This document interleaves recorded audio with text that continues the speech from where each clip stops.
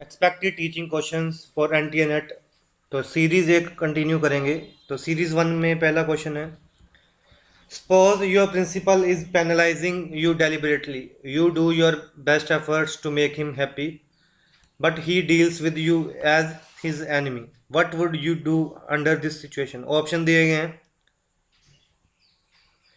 तो you will always abuse him, ये गलत ऑप्शन है। You will not do anything, ये भी गलत ऑप्शन है। You will always find fault, ये भी गलत है। ये you will never bow to his wrong bill, option D is the right answer. If your colleague deliberately neglect you in spite of your courteous invitation, the reasonable cause of it may be। तो option दिए गए हैं। इसका right answer है option A, withdrawal due to inferiority complexes. Next, if you take your midday meal to school, what will be your mode of taking meal during recess? Or you share your meal, you take food with your friend in canteen, you take food in isolation due to family customs, you share your food with all the staff member and enjoy it in your group। So option D is the right answer। Suppose your junior colleague expects some financial support from you on the occasion of his marriage, तो what decision will you take?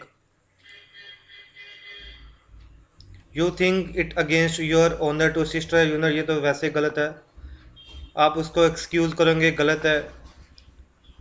You will be weighing the sport in relation to intimacy of relation, ये भी गलत है। तो right option is option A, if marriage is at your place you will give him full support। Next, कुछ teacher busy हैं इन cracking jokes during their layer time, आप भी उस ग्रुप का मेंबर हो बट उनको स्टॉप नहीं कर सकते, what would you like to do to avoid it. तो क्या करोगे आप।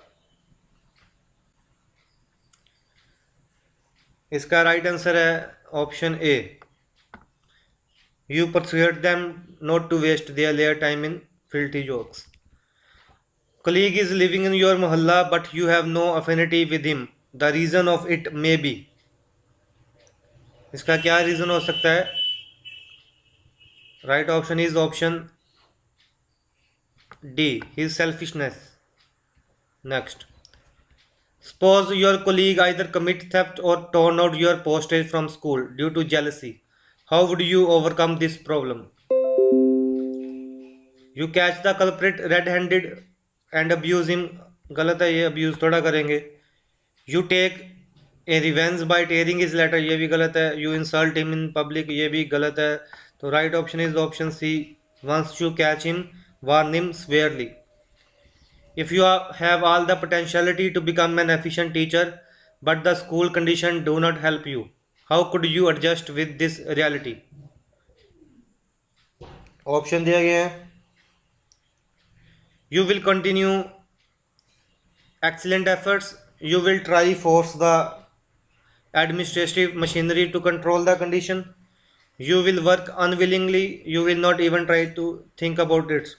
ये तो वैसे गलत हो गया, अनविलिंगली काम करना और उसका सोल्यूशन सोचना। तो क्या है कि आप अपने एक्सीलेंट एफर्ट कंटिन्यू करोगे क्योंकि कोई ना कोई सोल्यूशन अपने आप ही वो आ जाएगा। तो नेक्स्ट क्वेश्चन, आपकी हैबिट है बुक लिफ्टिंग करने की लाइब्रेरी से, तो आप इस बिहेवियर को कैसे सोल्व करोगे। You realise it as an immoral act but have no alternative, गलत है।